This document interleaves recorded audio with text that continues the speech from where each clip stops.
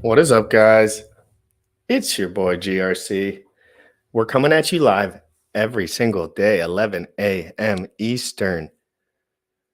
Me and Sam STOLT, producer bullish, every single day. It's a confusing life. There's lots going on, but it is certainly more fun than manual labor. I can promise you that. And no, there's so much going on in crypto right now, guys. I can't even stop. But I promise you, watch a lot of different stuff from a lot of different guys that are calm, cool, collected, and know exactly what they're talking about. But don't listen to one of them in particular.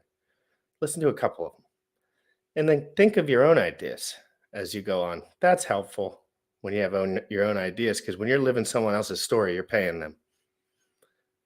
I promise. Without knowing what's going on, right? So this show's all about education. This show's all about the details. This show's all about the truth, frankly. We're not the most money motivated group in the world, although my net worth is all-time highs.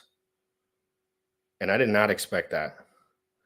Frankly, that was the last thing I expected. I expected maybe like awesome YouTube channel, which happened, but like I'm starting to understand these tools more and more intimately as time goes on, and it's been very interesting and very fun. Frankly, it's been a little easier than I thought. But anyway, there's so much to learn. There's so much I still don't know. We have a couple things we're going to show today. I know you guys are all thinking about the Richard Hart the Richard Hart lawsuit thing. Guys, that's a piece of paper at this moment. And it is a piece of paper we'll probably pull up, but that's all it really is a piece of paper. Bullish is a little bit better at looking, and Sam, frankly, at looking through some of those documents than I. So we'll all do it kind of together-ish. We're going to play a Richard Hart clip. This is about securities law. So it's a security law situation, but Richard's educated everyone about, there's no one that put a pen to that paper that knows more about securities laws than Richard Hart. So let's be frank about that. Richard was very clear and clinical when he did some of these things back in the day when he made this immutable code, trustless contract. We're also going to be watching the BITBOY rant from yesterday. BITBOY rant about Sam Bankman. That's his name, right? Damn it. I hope that's his name. Sam Bankman. Yes, the nerdy guy. Sam Bankman, I had a couple guys in this chat that wanted Sam Bankman on the crucifix getting killed. Like, they did not like it. Me and Sam were a little bit like, we don't have any insight on this guy, but like, he's making cheddar. And now I'm starting to see, okay, he's pushing legislation as hard as he possibly can, which is totally cool. That's fair game. But again, this is a war. This is a war of legislation and internet clickers. And it's an interesting war. And me and Sam are all about war. No, not really. But guys, 1 minute, 8 seconds. Then we're transitioning to a Richard Hart video. Then me and Sam will be ready to go. We'll be watching the BITBOY rant clip along with giving you insight via Twitter on like where the little rant started, because it's all in the video. And then Sam's going to go into some nuanced details about well, maybe not. We're going to listen to something and talk about securities, mining, proof of stake. Where does this all kind of merge in the middle? Centralized ownership, Sam. Like, it kind of all like bubbles around the same thing, but like nothing can infiltrate because we're talking DeFi. But let's talk, guys. I can't wait. Crypto in the morning, 1 minute, 9 seconds. We'll see you in a sec. You already know what time it is. Crypto in the morning. Crypto in the morning. Crypto in the morning. Waiting on phone. Crypto in the morning. Crypto in the morning. Crypto in the morning. Crypto in the morning. Crypto in the morning. Waiting on phone. Crypto in the morning. Crypto in the morning. Smoking a blunt on my way to the gym. 11 a.m. and I'm already tuned in. Got me some HEX and I'm making a stake. Got me some hedge on, I'm making it rain. Pay me some maxi and that's just in case. GymRatCrypto sent me to show you the way. DeFi proof. Crypto in the morning. Crypto in the morning. Crypto in the morning. Waiting on phone. Crypto in the morning. Crypto in the morning. Crypto in the morning. Crypto in the morning. Crypto in the morning. Waiting on phone. Crypto in the morning. Crypto in the morning.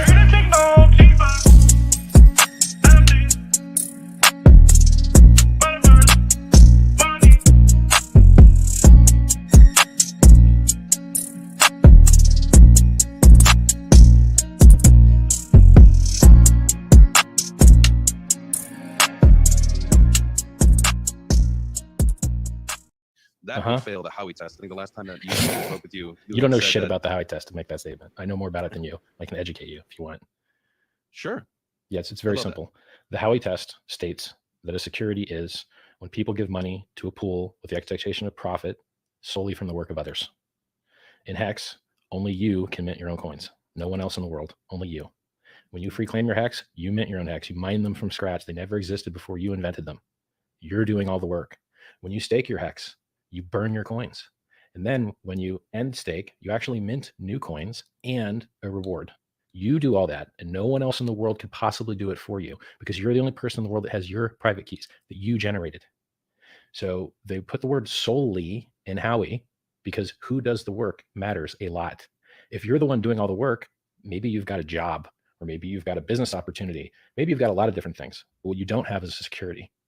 And then over time, they've tried to like water down Howie and weaken it and break that word solely. And they say, oh, well, now it's a division of labor. Okay, cool. It's a division of labor. You're doing it all. No one else is doing any work for you. You're doing everything. So it ain't a security, just from that perspective. But then we go farther. We say, okay, you also have to have expectations of profit from the work of others. And so we make sure you have no expectations by saying you must have no expectations. So do you know what the people that transform their Ethereum into HEX have been promised? Nothing, absolutely nothing, but a bunch of idiots that have never actually participated in the ecosystem or been in the chat rooms or watched the videos or read the website think, oh my God, it's an ICO. They're being promised things. No, we're the opposite of an ICO. We're fully complete and finished now and working awesome now. There's no hope. There's no dreams. There's no entrepreneurial effort. There's no managerial effort. It already works and it's already awesome and it's already distributed. And you could use it through Etherscan. You could use it through another hex. You could use it through hardhex.xyz. You could use it a bunch of different ways. It's just code sitting on the blockchain inert. People have to run it for the network to exist. So when you run it, you're the network. So as far as the Howie test goes, people make this mistake all the time. They think that making claims to profit somehow triggers Howie. It doesn't. Houses go up in value. Are they securities? Ferraris go up in value. Are they securities? Baseball cards go up in value. Are they securities? Going up in value has no relevance to the Howie test. Who causes it to go up in value? And under what pretense is the entire rubric that securities law exists under?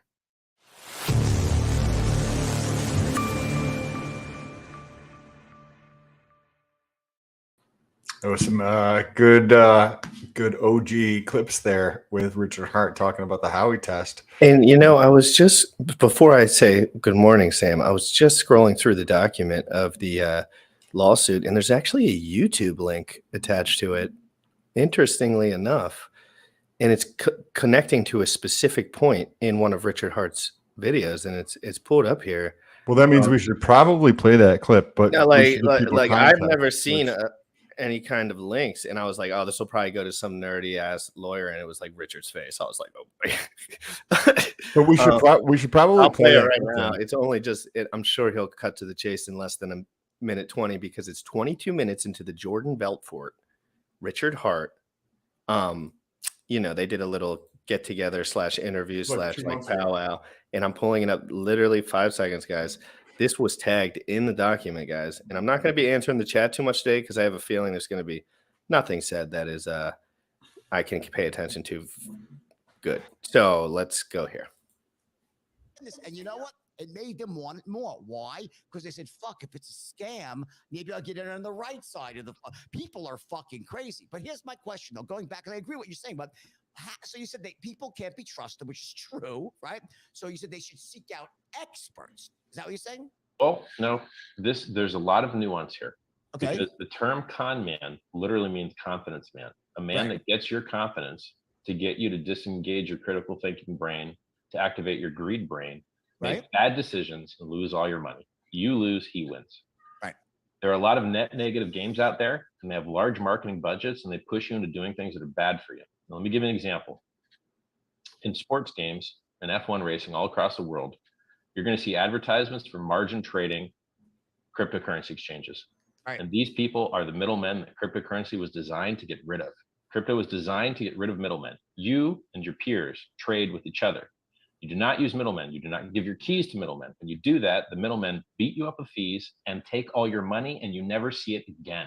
Right, it's counterintuitive. Centralized exchanges are counterintuitive. They defeat the purpose of crypto, obviously. Exactly. So I warned everyone directly to remove all of their money from Celsius. They didn't listen. They lost all their money. They're in bankruptcy now. No one listened. I begged them. I pleaded with them. Please do not be one of the headlines. You don't have to be a headline. Get your money into your own hands, not your keys, not your coins. No Take keys, your money no out of crypto. Celsius. Beatles told me that. No keys, no crypto. Sure. It's not your key. It's not your crypto. You're going to be a headline. Millions of dollars are going to get hacked or lost, and you're not going to get your money back. And so is a real cryptocurrency where there's no middlemen, no counterparty risk, the one I invented, HEX, we can't advertise anything. People won't take the ads. But if you're a scumbag exchange that victimizes people, they love your ads because you've got a license from the government to rob people. I didn't hear anything crazy here. It's from the government because we're open.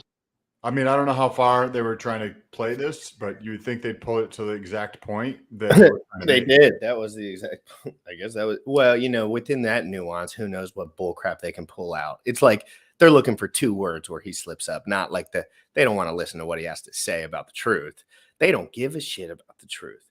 They give a shit about, oh, can I sue this guy and ruin his shit and wreck all this stuff so all these plebs can start falling in line again? You know what I mean?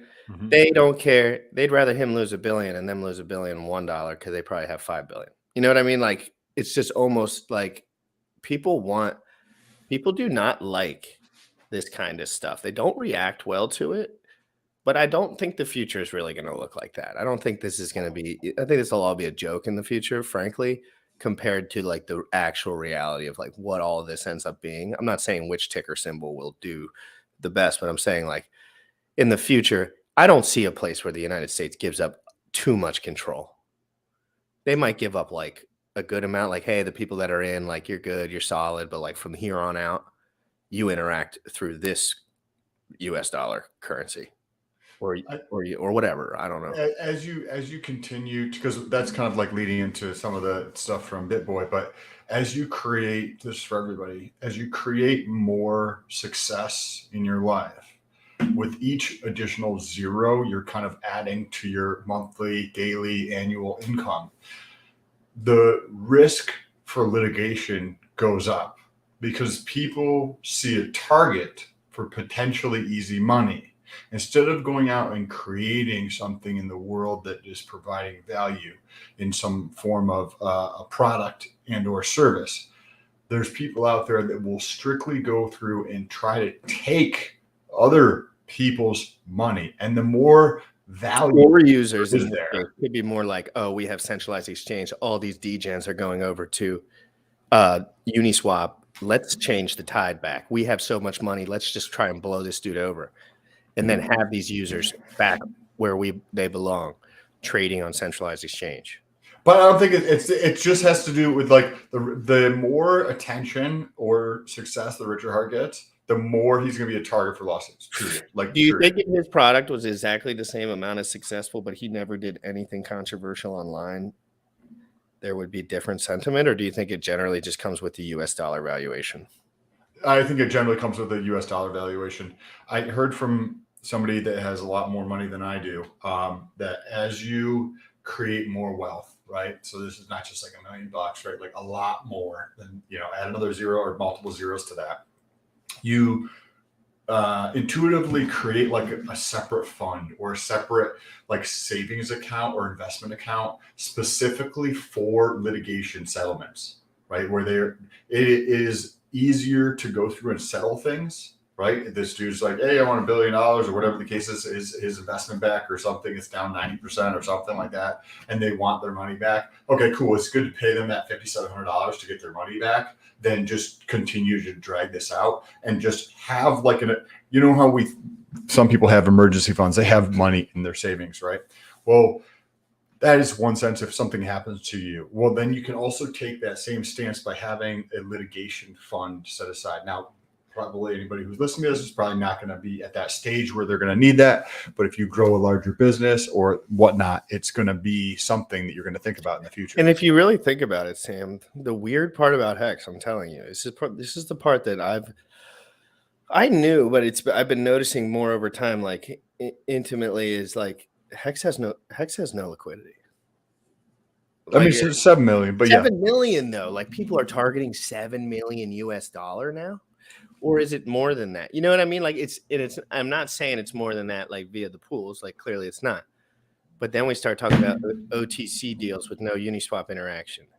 Then we start talking about like, and I get curious, like how much money, because in my mind, 300, 400, 500 million would be a little bit more make sense for them to be like, hey, okay, hold the phone.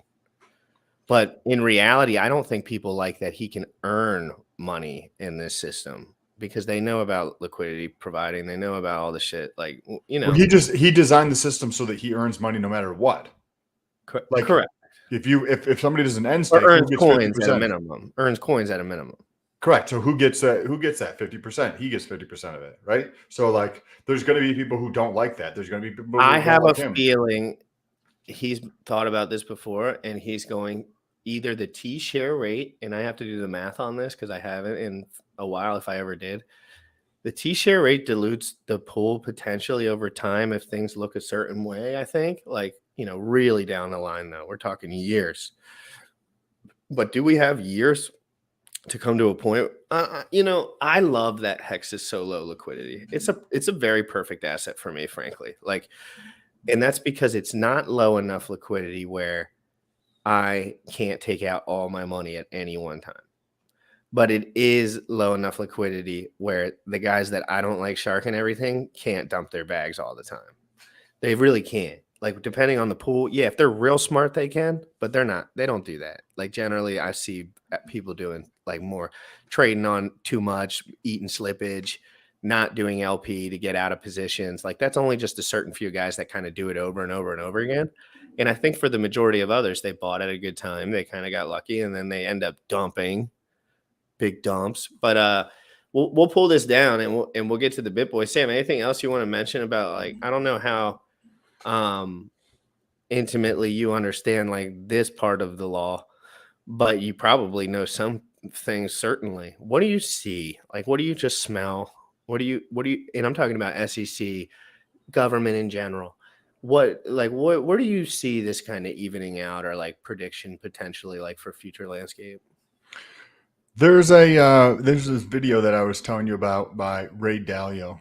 If you're not familiar with Ray Dalio, he ran the largest hedge fund in the world. I think at the peak it was like $130 billion hedge fund. This is massive, gargantuan hedge fund. I applied there. I tried to work there when I was younger, when I wanted to run my own hedge fund. Just so I could learn. Good thing they didn't hire you. You would have quit in like fucking an hour. You would have quit. You'd be like, guys, don't tell me what to do. They'd be like, bro, you work here. And you'd be like, I'm out. Well, so he has a very good video that we're going to probably watch tomorrow or the next day, or maybe I'll do it on my channel. It's about 45 minutes long, but it puts into perspective what's happening right now with currencies. Right here in the U.S. dollar strengthening, right? The other currencies that are going down in value, which then creates more pressure in those currencies in those countries, right? Because everything is going to be going up in price. Inflation is going to be much stronger in other countries than here in the United States, because the offset of the going up in the price actually helps with that. You have the stuff happening with Russia, and I think China and Saudi Arabia just has to join to create a new world currency for those. And he puts this into perspective over the last several hundred years on how the world reserve currency has changed multiple times, starting with, if you, in this case China, right, is the dominant player in terms of exporting products around the world, then you're going to start accepting things in your currency, right? And the way that he goes out and lays out his case in it is very interesting. I think we're going through this gargantuan shift of power from the United States to these new players, right? And this is going to we don't got legs, bro. Our guys are flimsy as fuck. Yes. Dude, if they were all in a cage fight, the United States would lose first. So bad, yes. Correct. It would just be like they'd be hiding in the corner, and everyone else would be like making shanks. The only way, like we would just be like, they can't actually kill us. It's not allowed. And then they'd slice them up, because those guys do not play. The blue-haired fairy boy would come out there. He's got like a crop top on, and he would just get shot down in half a second. Like, we're not in a good spot from a leadership standpoint, even slightly. No, and it's not getting better, Sam. As far as leadership's concerned, I don't care who comes into office. It's so convoluted. You can't get shit done in 4 years anyway. It's just, you can't. You need 20. You need 25. You need a real shot with young guys that really care, and I don't see that happening anymore. That's the only hope, is that this could be prolonged come November. I personally thought that leading up to the election, right, we're a month, not even a month away. I think it's in several weeks. I thought the left and the media would be trying to throw something out there, right? Something to distract people, to cause more like issues in what's going on. But if there's a landslide and like the right is put in charge of a lot of things, they could slow down the decline. They're not going to stop it. They can slow down the decline of the U.S., but they're not going to stop it. And we could do and there could be power plays in the middle of it, but they would be obvious. Like, you're not going to be like, oh, something happened. Like, it's going to be like, no, something switched up. But they're getting ready. They're going to war. They're coming out with something. There's something's going on. New technology. Who knows? We can't say what's going to happen. But I have investments in China as well, so I don't have to worry. China. I do. ETH and all this stuff. Like, a lot of these things have Chinese ties. You guys, that's why I don't like putting all my eggs in one basket. I like having good portions of these cryptos in different places, whether that's a $10 valuation. I like the portion of the pie that I can get in the future outlook per US dollar. It's kind of what I look for. We have BitBoy here, Sam. He freaked the F out on the internet. I'm calling his bluff that he's a wuss and that he has not fought for freedom one day in his entire life. But I could be wrong. At the end, give me your take. I'm thinking if he's just a bluff. Remember, this dude's been shilling S coins for a long time, but he has stopped. He no longer takes paid promotion for S coins. He makes that clear now, but that took 3 years. So, he is a Richard Hart guy. They talk, like he's trying to be the new freedom fighter, but really he was shilling XRP for 5 fucking years. So remember that when he's screaming and ranting. But again, a lot of the things he says probably have great points. Sam, I want you to think of 2 things while you're watching this video. 1, like some of the dynamics and the like details behind it. And then 2, is this dude a total bluff? Because I'm feeling bluff. Let's keep going. So recently, BITBOY Crypto had something to say because Sam Bankman-Fried of STX released this tweet yesterday talking about his current thoughts on crypto regulation. He came up with an FTX policy talking about the possible digital asset industry standards. And in this particular one, some of the things that he went over is, he said, at a high level, we need regulatory oversight and customer protection.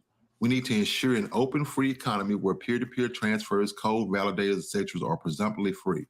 We should establish regulation and until then, standards to ensure. Now, what made this very interesting is, let's get to that, is when he comes to this. Number 3 on his list, he says, first, it means that we have block lists and not allow lists for illicit financial activity. We need fast, reliable lists of addresses associated with illicit finance, but peer-to-peer transfers should generally be free as long as they're not going to be sanctioned actors. Now, I'm getting ready to stitch in a clip from BitBoy. He's not going off on Sam Bankman-Fried per se, but he is going to make mention of it, okay? So let's go ahead and bring that in, and I'll let you see what BitBoy had to say. But I want this guy right here, Ryan Sean Adams. I don't know who the F you are because you're not important. But here he says, please, dear Lord, and any lawmakers or adults reading this tweet, just know BitBoy doesn't represent us either. Talk to Jay Stravinsky. Talk to Miller CWL. Talk to Coin Center. You know what? We are tired of people that look like this guy trying to run stuff. I don't represent the people. The fuck I don't. This dude is a bluff. It looks like this guy. What do you mean looks like? That's the most normal looking dude I ever seen in my life. Yeah. Look, it looks like this guy. This guy? But BitBoy looks probably a little bit more normal, I would say. I know normal, but it's like, yeah, because you wear a t-shirt and you're a little chubby. Like, exactly. It's like, I don't, you know what I mean? I don't see that as normal. I know normal guys that dress like nicely, and I know normal guys that literally dress homeless. Me. but I think that I have no idea who this fellow is, the Ryan dude. But BitBoy probably does represent the voice of a lot of people in crypto. Yes, totally true. Because they have, the dude's got a lot of influence and audience, right? And he has I bet he has a lot more people listening to his shit than Richard does to his, right? Whether you want to agree with it or not, BitBoy puts out content regularly, which means you have more people paying Every day. attention to your shit. Exactly. So you're gonna have more influence because you're having more people watch your stuff, more people cut up your stuff, more people make videos about your stuff. Whereas if you do it every once in a while, you start to lose your relevance just because you're not talking about things. And we're going after the 10% of crypto guys that actually like the details. Like me and Sam can't really do anything else. It's just hard for us to focus if it's not tending towards those guys. Those are the guys we relate to. Like we don't relate to anyone else, literally no one else. So it's like we can't advertise to someone that we literally don't even know. Like we only know people and talk to people that are like focused on their lives for the most part and moving forward and growing their businesses and like, putting, being a risk taker, being a leader, and you just don't see a lot of it. It's like we're watching squares. That's why we laugh all the time. It's like it's a bunch of squares yelling at each other about nothing. It's like oh god, this, that, the other, and it's like oh, you squares aren't making the rules. I know that for sure. But anyway, so let's keep it going. I rewinded a little. Bullish. You haven't. If you want to add anything, Bullish, please. But I know Bullish is a little sick. So. No. Sam pretty much covered the point I was going to make. Cool. Yeah, I think BitBoy's awesome because he stands for the people of crypto, and I am not the people of crypto. I am just the guy who likes to study a lot. But the people of crypto are the guys that need saving, the guys that need they need a way out. And it's education related, in my opinion. But he helps people get to that point. Maybe they'll lay up into my channel every once in a while, so that's probably good. Okay, so let's go ahead and bring that in, and I'll let you see what BitBoy had to say. He's shaking like a leaf when he starts coming out. This guy right here, Ryan Sean Adams. I don't know who the F you are because you're not important. But here he said, please, dear Lord, and any lawmakers or adults reading this tweet. This is the truth, though, right? Neither. Talk to Jay Stravinsky. Talk to Miller CWL. Talk to Coin Center. You know what? We are tired of people that look like Pause it. trying to run. When I saw this, I was like, I imagine this is how Buck from Fiat.io looks. No, yeah. No, I know exactly. Yeah, no, for sure. For sure. No, I know what you mean though. Like, but to me, like, if I see a guy that's dressed like this, taking a picture, not even smiling, well, he seems like a normal dude to me. Just off the rip. Like, he's like, we don't need to give up the country to guys like this. I'm like, the guys you're worried about are 97 years old and haven't left their house in 8 years. And they have $1 trillion. Like, it's like these are the guys that are probably doing something, right? I mean, they probably, it's probably middleman D all the way. You know how they do, but like, at least they're working. They're doing something. I see these guys working. I'm like, thank God they're doing something. Because it's so easy to not do anything. We all three here know that we could do absolutely fucking nothing if we really wanted to. Because it's just like, whatever. Anyway, let's keep it going. If you listen to guys like this, you're wrecked. Understand it. And stuff. I don't represent the people. The fuck I don't. I'm the one who does. It's me. I'm the one out here putting the work in behind the scenes, trying to save crypto while these devils, Sam Bankman-Fried, Brian Armstrong, they're trying to permanently ruin it. This is not about money for me. I hope you guys understand this. I am here fighting for you. This guy with these freaking glasses on, this douchebag, is out here trying to tell you that only the suits know what to do. Only the suits.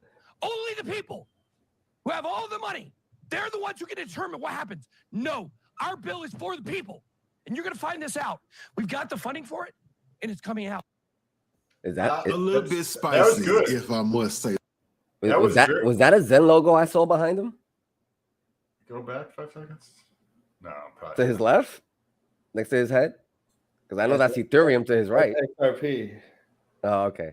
I was like, you wouldn't know that one because no, I don't deal with that shit. Yeah, no, you'd be down for 5 years. That'd be still waiting on that candle to get on profit. You know, but that's a good rant though, because that tends to be the how the world is operates. Aristocrats, people in power, are the ones who are going through and like, hey, you're wearing a hat, bro. You don't know what you're talking about. I have more money than you. I get to make the rules, right? And inevitably, what happens? The rules I make are for me, that advantage me and what I want in the world, right? Yeah. And that's how it's always played out. Well, that's how it Forever. has to play out. You have to have an incentive. Like, you can't care about every human. It's not possible. It's literally not possible. Like, it's like you would spend all day just like talking to subgroups of people that have different problems. Or But you designing a system like crypto, I think, does that. It treats things in a much better way than how things are currently done. And the financial system is broken as fuck for so many people, and it has been broken for so long. Now, to have crypto coming out, right? You have transparency in the sense that if it's on the blockchain, it's on the blockchain. You can see that shit, right? And if we're sending $40 billion, the US is sending $40 billion to Ukraine to pay off the bribes. I'm sorry, to help with the funding of some fucking fake war and shit over there. Like, we don't know where that money goes. We know it's a bribe for something. Yeah, we know where it goes. Contractors. It's government. Well, you know those guys. I used to do CrossFit all the time when I was working, and a lot of those guys were in the same industry for whatever reason. Like at that CrossFit, they all sold tanks and missiles from their desk all day long, and they never did, and they were like, "Yeah, it's not pretty, but make 50 grand a month." And they didn't love it. They weren't like, "Oh, I love government missiles."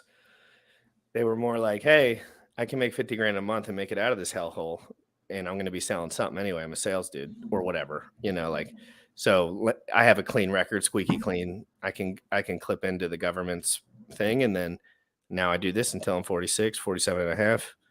And I can retire and pretend like I didn't murder and slaughter many innocent people with missiles that had no reason to be sold other than replacing missiles that were already there for tax benefit. So they explode the ones that are already there because they need them gone because they make more money when these things get replaced and recycled. It's like if HEX gets staked, more people buy under it because there's less on the market. When missiles get launched, more people make missiles, and then the contractors make a boatload in the middle, sitting there, doing nothing. It's a horrible, horrible reality. And it's not something I talk about often because it's like at the end of the day, it's like wars and humans and stuff. Like that shit happens. I have nothing to do with that shit. But like the reality is the system is rigged for the people that you never meet. You'll never talk to. You'll see them at a dinner somewhere out. They just are normal. They incentivize those people to not give a rat's ass because the financial situation is so wrecked that it's a safe haven. Government job making $300,000 a year is a safe haven in this world. I was a contractor for the military, and what you said actually has a lot of truth to that. Like I did the finances and accounting. And I don't know the specifics, by the way. It was just like talking to the CrossFit guys. Yep. A lot of I did the finance and accounting, so I got to see what other contractors were making and stuff like that. And most of them didn't do diddly squat at all and just got paid. And they would literally do that year after year after year. I could have literally I sat around most of the time because there wasn't like, what the fuck I'm supposed to do? I was like, give me GRC's job, give me Bullish's job, give me their job. You only have to pay me half of what you pay him, half of what you pay him, half of what you pay him. And I guarantee you'll do a better job than them and you'll save money. And that is not. They push you out when you start acting like that. They wouldn't let me do it. I literally had that leadership. You want to take leadership? That's a threat. It is a massive incentive to help the people because then I have a contracting company. I can win this bid, right? You in the government can approve this bid, and then I can hire your nephew, or I can give you a consulting gig and pay you. But I can pay you from a separate company because I can move the funds once they come in around, so that I can pay you as a consulting gig, or maybe have pay a contractor that does the work that you need to get done on your house. There's so many ways to go through and bribe people, and this is exactly what happens in our government, but also governments around the world. It's disgusting. And people hate on guys like me for like switching up and not working like regular jobs. You know what regular jobs I'd be working when I was 35? I'd be scamming some motherfuckers for 500 grand so I could do whatever I wanted. Period. if that was my avenue. But I wanted to wait. I was young. I was like, there's no way this has to be the way. There's no way I have to go. And I wasn't talking about government contracting, but whatever it is, you start talking, you end up being the middleman. If you're smart, you end up being the middleman somewhere, right? Like it, or you do shit yourself. And at the end of the day, I wasn't willing to give up my freedom. I felt like the premium on freedom was just gaining so much value, and the US dollar premium was going down so fast. I was like, I can't waste a bunch of time doing this shit, man. Like whatever it is, like it was going to be sales, it was going to be real estate, it was going to be something that took up all my damn time. And I was just like, I was studying for real estate. I was like, no, this is stupid. This is all stupid. Nobody knows what they're talking about. The person that handed me these books is retarded. God damn it, I shouldn't say that. But the person that handed me these books that I have to talk to for the next month that I just paid $300 for so I can sell a house or whatever the stupid little transaction. I'm like, this is not matters. This does not matter. I was like, I got to punch harder. But anyway, one's in the chat if you want me and Sam to break down the state of South Carolina, County of Florence, John Doe, pseudo-anonymous owner of HEX ERC20 tokens on behalf of his or herself and all others similarly situated in court of common pleas civil action, cover sheet, Richard James Schuler.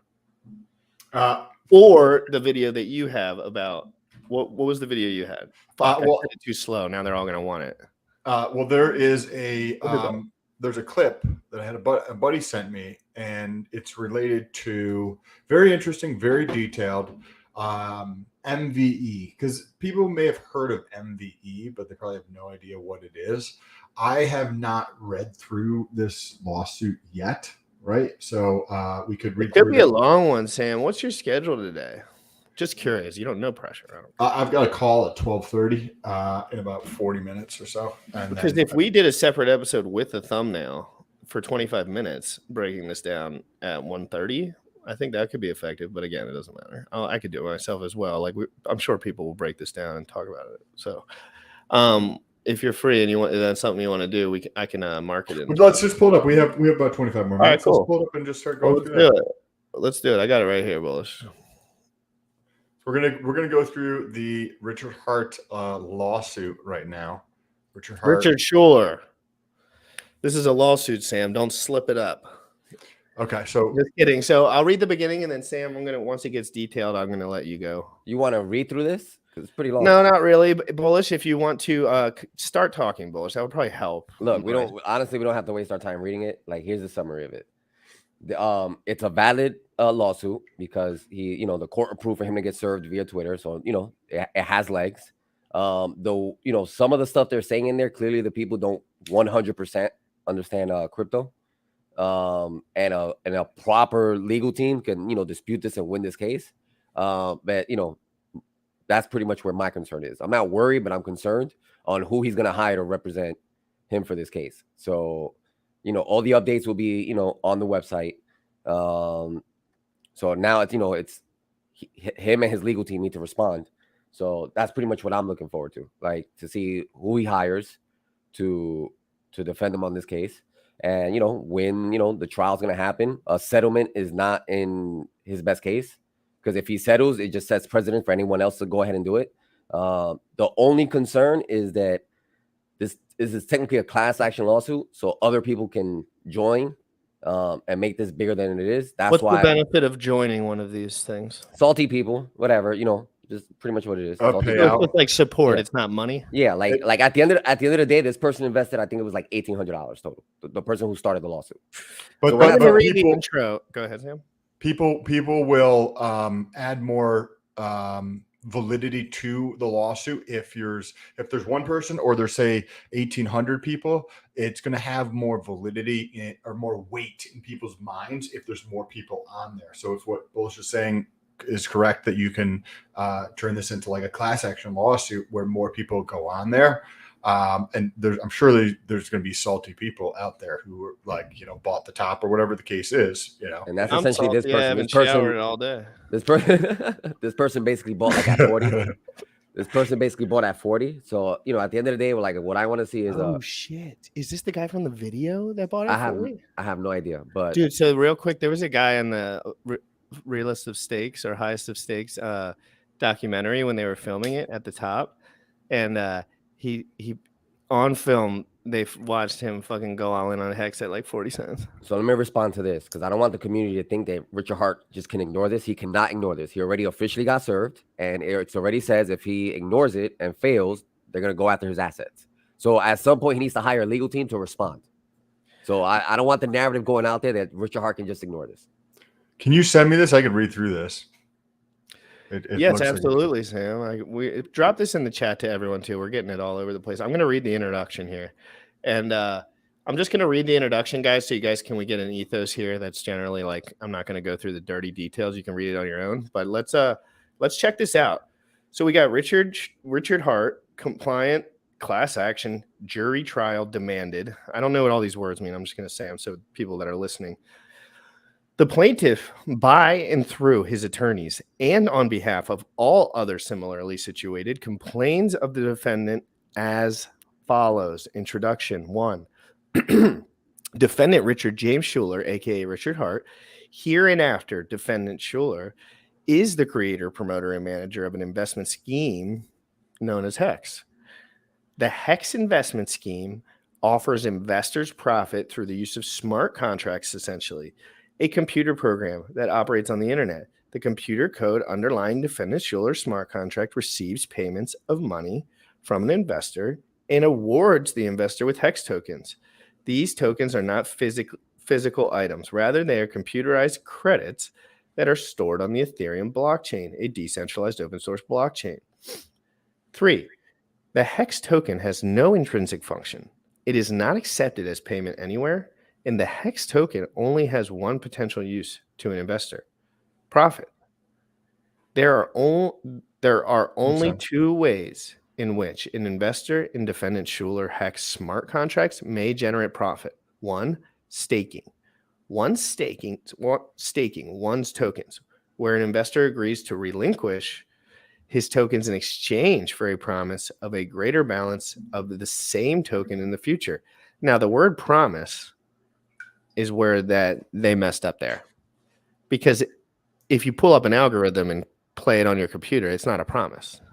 It's just going to do it. It's just going to do it. So that's what a kind smart of contract is. that word, sir, is Richard's going to be all over that word. So if you're watching this, 5 the second last part of that, to profit is just price speculation, right? So price goes up or you earn yield, one of those two things. Yeah, it's like, but isn't that everything to a degree? Yes. That was what I was thinking as you were reading. Yeah, I'm like, this is soft right now, but I mean, it's definitely. He might get to a better point in a second. He might. Yeah.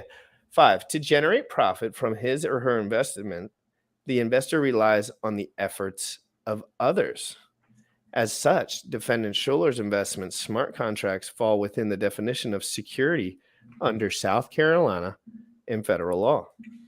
Number 7, despite these facts, defendant Schuler has never registered the HEX investment scheme as a security with the Securities and Exchange Commission or the South Carolina Securities Commissioner, nor has he provided the required investment disclosure. Now, is this because he visited South Carolina to see his parents that this becomes a thing, or is it if he stayed away from the United States completely? Would have this is that what triggered this? Because he would have been able to get served. So once, if you have like a lawsuit, or he might also have like his parents as like his address for the United States. So right, if you get served, he has multiple passports. He said. So the funny thing about this, like later on, deeper into it, like the court already approved for Richard to get served through Twitter. That's why this thing has legs now, because he's officially served. But they go through all the steps that they went to like try to serve him, and at one point they went into the HEX chat, and it looks like they spoke to a fake admin. It's hilarious. Like a lot of the stuff when you read through all of it, you're there laughing. And soon when we get to point 11, I literally fell off my seat on point 11 in the introduction. They're allowing for digital serving now. Yeah, because Richard Hart is verified. So since he's verified, that means at some point he did a minor KYC. So that already has precedent because so many people already got served through Twitter. So now it's especially if you're verified, it's easy to get served through Twitter. That's interesting. Thanks for sharing that. And I would say they probably know this. Like I'm assuming Sam might not assume the same. I might be wrong. that these guys know plenty about HEX, and they're talking to someone who knows HEX very well, but they're wording it. I'm sure they're trying to word it to like appease to whatever audience they're generally giving these things to. Like, so again, they might not be wording this in the way that would best defile Richard in like a room of 5. Right. They're wording this in a way where the judge can understand it, the jury can understand it, etc. Because they won't understand a damn thing. And you got to think, like, when it comes to smart contracts, burning tokens and like earning yield, like the courts are going to be like, And this is why who Richard hires to respond to this is important, because in my opinion, they should know DeFi, blockchain, etc., to be able to argue against this. This number 0.8 here, he starts to get into, I think, the part that he's going to try to pull piece out of context or whatever that Richard talked about. Because you see, on August 9th, 2022, from his mother's living room in Bluffton, South Carolina, Richard Hart appeared on YouTube channel of Jordan Belfort. There, Schuler provided his opinion on the United States registration requirements of investment contracts. Do you want to read through this part here? Sure. Belfort. So, guys, we pulled this YouTube video for a second. You guys all know the Belfort video. It's at minute 22. No, it's actually before that. The clip was supposed to basically show this. They effed that up so bad. What do you think, bro? These are, like, people don't really, I don't even understand this stuff. But the clip was supposed to basically play this. Okay. Belfort, go ahead. I know both worlds. Wall Street is not as bad as crypto, and Wall Street is corrupt as shit, okay? If Wall Street is a sewer of corruption and crypto is a sewer of corruption times 1,000, there's no disclosure in crypto. That's the problem. Schuler, so this is Richard Hart. But disclosure is a scam. Disclosure is a fucking scam. Belfort, how is that so? Hey, I'll be Belfort, you can be Schuler, and you can read the Schuler part, and I'll read the Belfort part. You're up. I'll be Mr. Richard. 100% that no one reads those effing documents. 100% that no one really gives a bleep about those disclosures. 100% that when you tell someone they could lose everything, they don't really believe you. I think that disclosures are weak, limp, legalese that doesn't actually save anybody. Couldn't agree more. Yep. Couldn't agree more with myself there. Belfort, the most famous or infamous for serving the real world inspiration of the world, the Wolf of Wall Street. And so there's the clip at 1750. They clipped it to 22, so scooch it back. On September 20th, 2021, the HEX token reached its peak value on online cryptocurrency exchange at 50.6 cents per token. On September 20, 2022, the value of HEX token had plummeted 3 cents per token, or 94.1% collapse in value.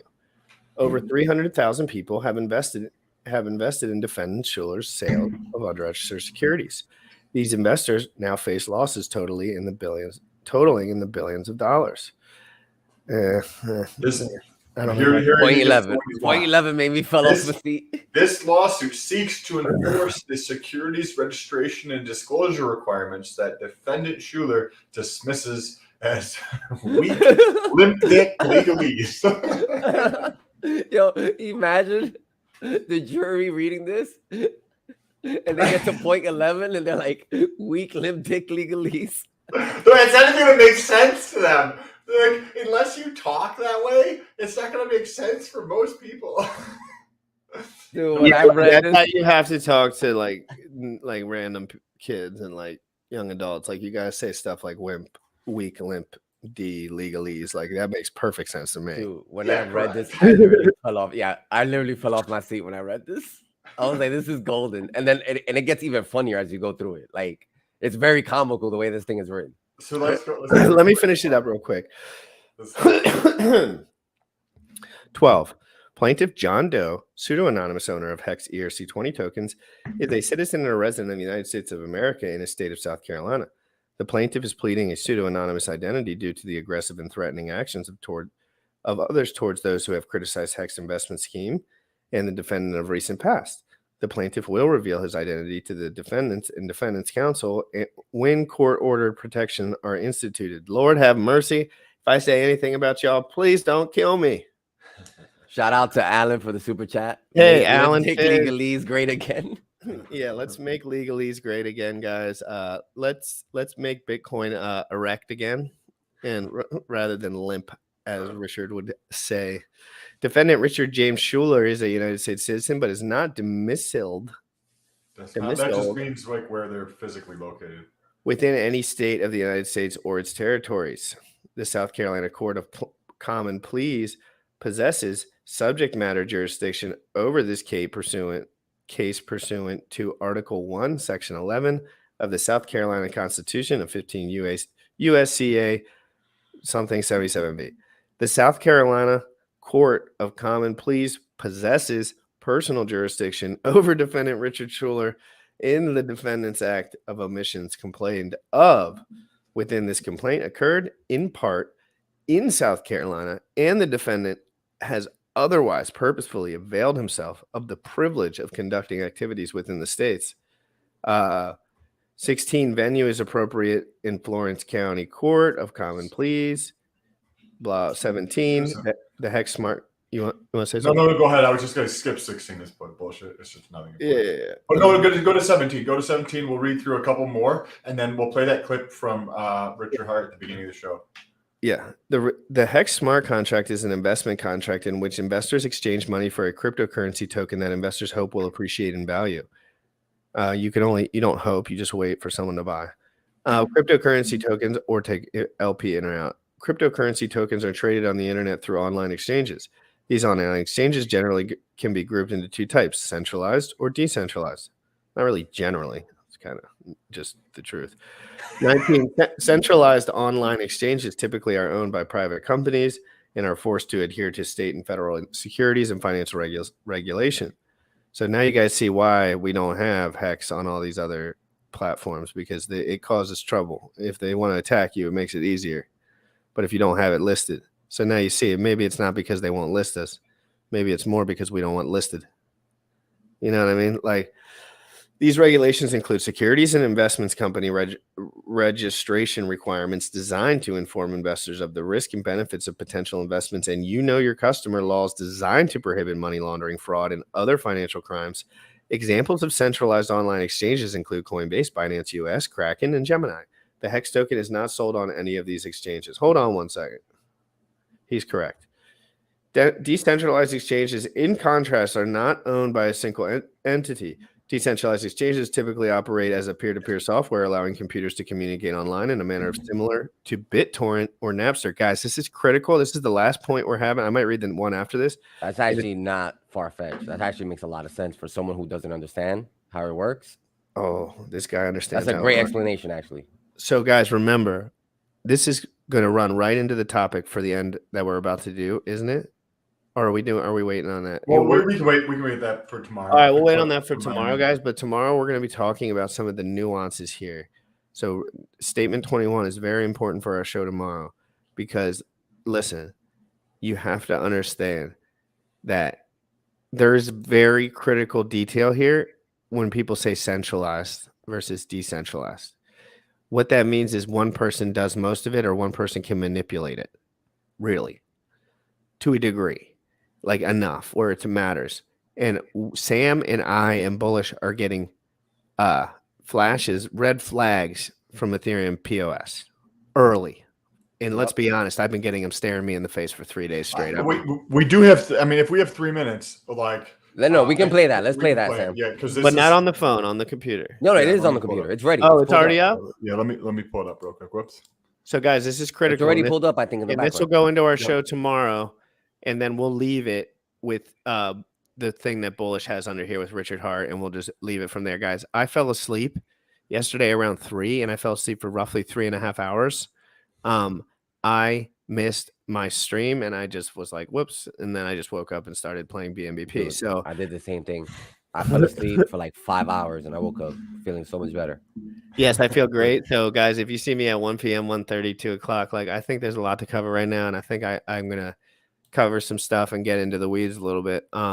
I'll just stop working at like 3 or 4 today. So let me read this last part one more time before Sam plays that. Number 21. Decentralized exchanges, in contrast, are not owned by a single entity. Decentralized exchanges typically operate as peer-to-peer software, allowing computers to communicate online in a manner similar to BitTorrent or Napster. Because of their decentralized nature, decentralized exchanges are difficult to regulate and often violate state and federal laws and regulations. An example of a decentralized exchange is Uniswap, which is currently under investigation by the Securities Exchange Commission, whose developer is facing a class action involving alleged violations of federal security laws. I can't imagine. Defendant Schuller's HEX token is traded largely, if not entirely, on decentralized online exchanges. Decentralized online exchanges do not accept fiat currency such as US dollar. Instead, yes, they do. Instead, investors who seek to purchase HEX have to do so through the forms of cryptocurrencies. Yeah, well, there's again a currency that's pegged to the US dollar, you ding dong. So guys, I'll just read the last two and then I'm done. 23. The exchange of cryptocurrencies for HEX tokens is accomplished with the use of the HEX investment smart contract designed by or on behalf of defendant Schuller. In exchange for consideration of initial investments, defendant Schuller's HEX smart contract promises two methods of profit-making potential referenced in paragraph 4, staking and price speculation. So if you guys want to continue reading this, if you want me to cover this every single word of it, I will do it. Yeah, I pasted the link to the document in the chat twice, so I'm sure people saw the link. You can download it, read it on your own time. I'm getting a lot of backwards feedback while I read this article, meaning that I'm learning there's some things that people say about HEX that just truthfully aren't true, but they say them loud and proud over a long period of time, and it makes them true because everyone says it. And the truth is, there's a reason we stay away from a lot of certain things, and it's not because they're centralized. It's not because coin market caps douchebags. It's more than that. And I start to understand that by reading this article and like reverse engineering, because I'm assuming the guy that was like giving them the information for this knows more about this than me, just to a degree. So I'm assuming that these are the weakest. These are the hardest hitting points for what they're trying to get across.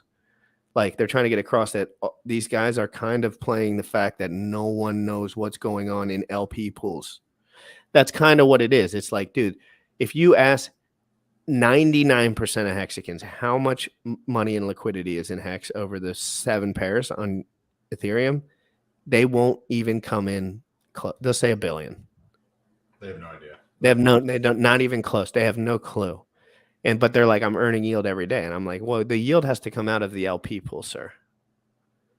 So if you're in one of the biggest stakes, Sam, in like recent history is coming out like tomorrow or the next day. So you're going to want to look like literally like one of the biggest ones. And it's like to his address that's like, I think a user. So people are kind of like flagging it real hard. So we'll keep an eye on that. Sam, do you want to play that real quick or do you have to run? No, let's play that. But on and preface as well for like transitions, so I can know what you're thinking. Before you take this down on this, the part that is going to be like, from my point of view, that would be argued to try to get this to actually go through to win would be the profit from the work of others, right? So in how Richard Hart has positioned it is to not be a security while at the same time saying he is doing marketing. And if you, a talented, resourceful, creative lawyer or team of lawyers, can tie marketing into price speculation, that would probably be the only way something like this. I haven't read through this whole thing yet, just first jump, right? But they would have to tie both of those pieces together, right? That he talks about marketing, right? What is the purpose of marketing? To draw new people into something, right? To get people to do something, right? So if you can tie the actions of marketing with price speculation, then maybe there's something to stand on there. As in like, hey, I believed he was going to be doing marketing because he talks about doing marketing online, and yet my shit is down 94%. That would be the only thing I could think of like how this could stand. Well, yeah, like the price down, it makes no sense to mention that like as the document source, but it's just like they're trying to get people excited. Like, it's like almost like adds a little bit of spice. Just like he said, he was living in his mom's basement. Like that was kind of just like to spruce it up a little bit rather than make any real point. Like in there, they were literally like, he started this in his mom's basement. Like they didn't have to say that. He probably had a house, like, you know what I mean, like down the street or whatever. Like, so again, this is this is the way. going to be interesting how Richard reacts, and he has lots of money, right? We don't know exactly how much, but he tells everyone that he has AF load, so he should have no problem hiring the best team and the best lawyers in history to fight this for him. And if he doesn't do anything, I mean, that would be kind of blurry. If he doesn't do anything, it's gonna do some damage because it, like, you know, later on, you know, it shows like if he fails to respond, they're gonna, you know, go after his assets. So at this point, he has to respond if he has any assets in the legacy market. If he doesn't, then it's like he whatever. Does not. He does not. We don't know that. We don't know. I that. know, but let's not assume. Let's not assume. We don't know 6 that. years But straight, also at he the was same like- time, you know what I mean? If he decides to come back into the U.S. for whatever reason, and let's say he has a desk warrant, you know, like he's at some point he's gonna have to deal with it. It's in his best interest to respond. It's in his best interest to, I think, seize this opportunity because settling is not only in his best interest, but in the best interest of crypto because it will set precedent for, you know, anyone to basically sue for, you know, buying crypto and being down, and we don't want that. So, you know, he can literally seize this opportunity, hire the best legal team, crush every single argument because there's a lot of weak points in this. And these are the type of things that turn things bullish, frankly. Like I hate to say it. Well, here's a good thing about it. Let's say let's you know, let's do an imaginary situation. He hires a rock star legal team and he shows up to court and this thing gets media attention. Yep, it's possible. Yeah, well, that's how Binance shut down and then the volume went up. Like, you know. Yeah, like, you know, and like they can go, they can win the case, crush the case, set precedent to like not bring up these lawsuits ever again and give validity to HEX. You know, it's no longer the scam because we beat it in court. And Richard Hart looks like a god, you know, like. That's correct. I don't remember. I forgot that watches and shit are assets. Like I was just thinking houses and S&P shit. But if they're not located, they have to be located in the United States for the US to take them. But what if you had to buy them in the United States, but they're not in the United States? No, he didn't buy them in the United States. You could buy something. You could get around. He said he paid with crypto. So if you have your goods in a different country, that saves them in a way. Of course. Oh wow, great. Yeah, that's good to know. In case they will have to work. They will have to work with Interpol and a bunch of different agencies to like seize your assets from another country. Similar to like what we saw, like what's happening with Russia and the oligarchs and yachts and stuff like that. It will have to be like a team effort to like make that thing happen with like different governments and organizations. But whatever. But you know, let's wait for Richard Hart to respond. He has 20 days to respond. So at some point we're gonna see some sort of update. And let's get into this clip that Sam has before we end the show. And before, just the last point is, guys, I didn't post Twitter links to all this shit because frankly I didn't want to spew a bunch of nonsense all over Twitter. Instead, I wanted the people that really do enjoy my show to have like a decent conversation about some of these points with a couple of guys that have, you know, so that's what I wanted to get through. And now we're going to talk about the interaction between all of this and the mining on POS and some of those like interactions there. And then we'll close with Richard saying that part. So Sam, go ahead and pull that up. And if you have any other points. So I'm not going to share it. It's on my personal Facebook page or whatever, but we'll play it so you guys can hear it. Yeah, I have it in the background. So Sam, you need to wait. Let me put an overlay so people don't see your personal real quick. So I can do that little switcheroo in the back. And I'll just give us some context while you're doing that. And how many minutes is that? Just curious. 3 minutes. 3 minutes. All right, there we go. It's in the background. Okay, so with POS, I have a buddy that I talk to pretty regularly about crypto stuff. I've had him on my show, Russ. He's in Australia, and we are having this conversation around proof of work and proof of stake. And this is an ongoing conversation, right? Because I'll send a message today, he gets it tomorrow because we're different time zones. And this has been going on for a couple of weeks. And when he was talking about MVE, which is miner extracted value, people have probably seen MVE in articles or seen people talk about it, but they don't understand how it works or anything about it. And he sent me a message, private message. I told him I was going to play it, so hopefully he doesn't give a shit.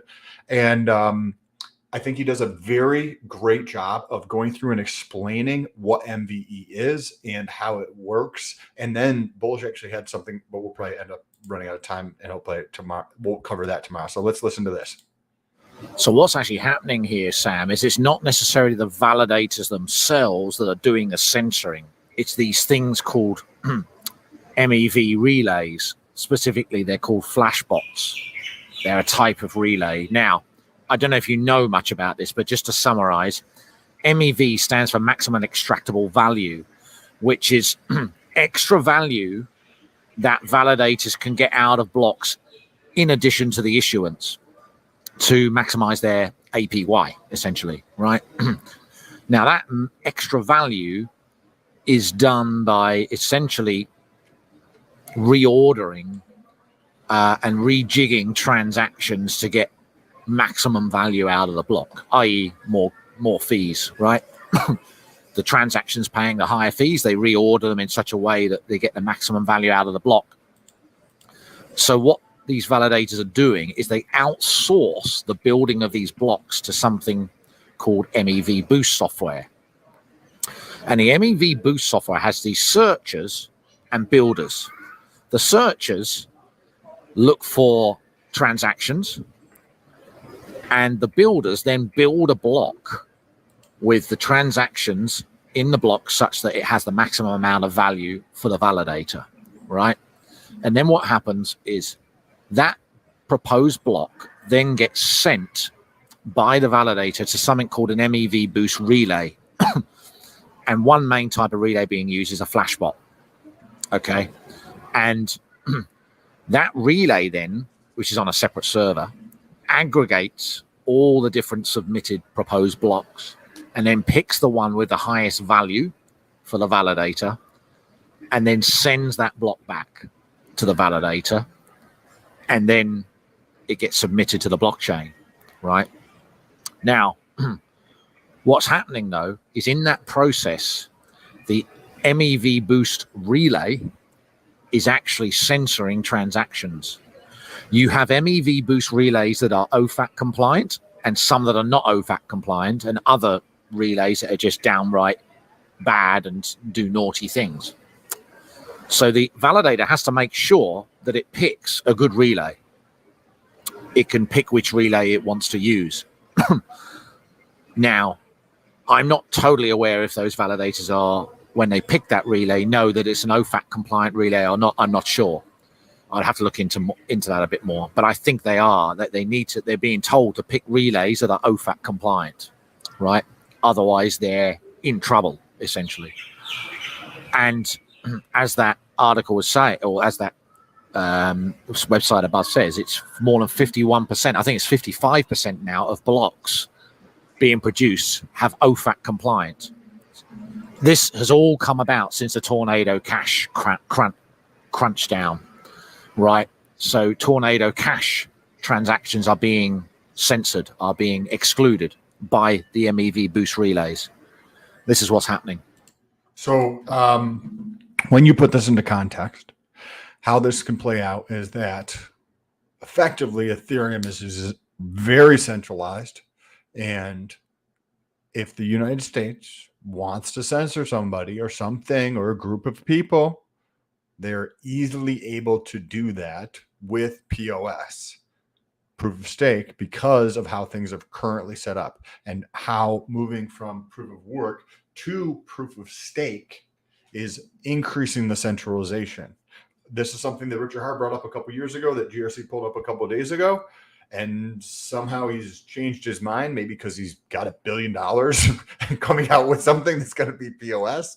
But POS is just more centralized. It's leaning into that trifecta of scalability, decentralization, and security, leaning into the scalability, which then you have trade-offs on security and you have trade-offs on centralization. You see why I like to buy HEX on ETH Fair sometimes?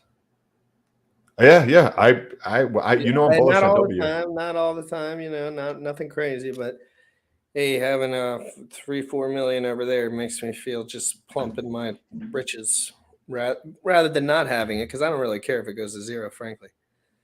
But I mean, speculating $1,000 and getting whatever, a couple million at the time.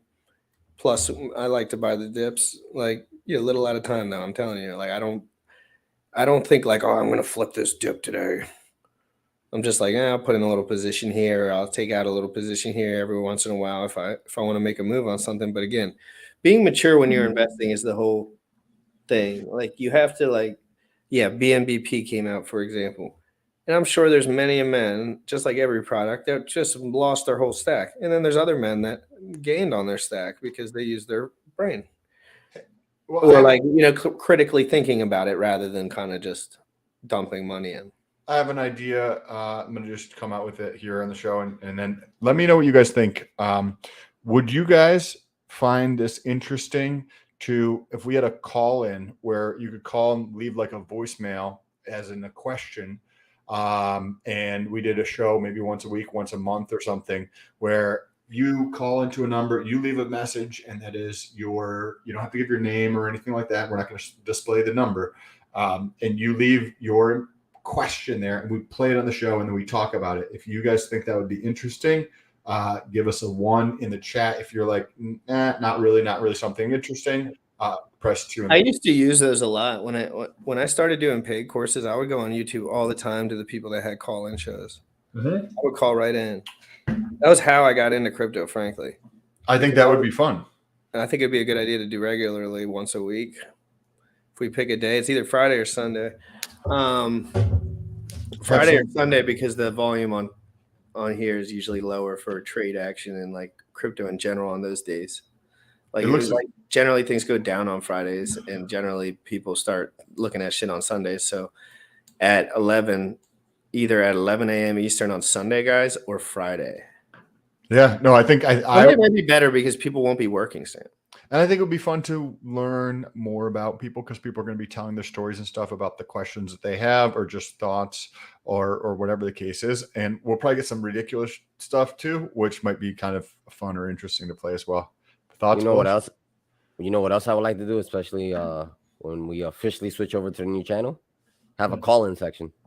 I wanted a call-in show for years. And that's easy to set up. That's real easy to set up though. Yeah, let's do it up. I want a call-in show. That would. But yeah, but there's a lot of stuff with the new format that we want to run. You know what I mean? You know, from like today was kind of like a preview. You know, we covered multiple topics. We ran through it.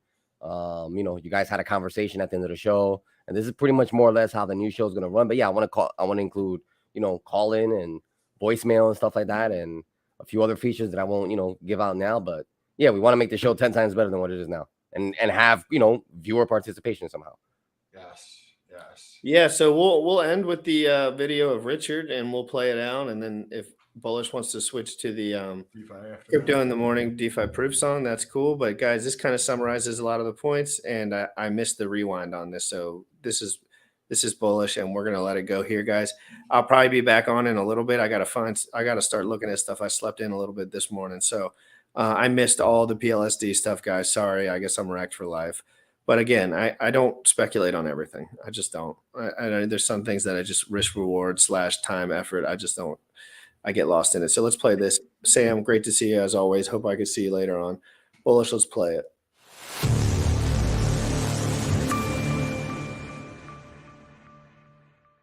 That would fail the Howey test. I think the last time that you spoke with you. You don't know shit about the Howey test to make that statement. I know more about it than you. I can educate you if you want.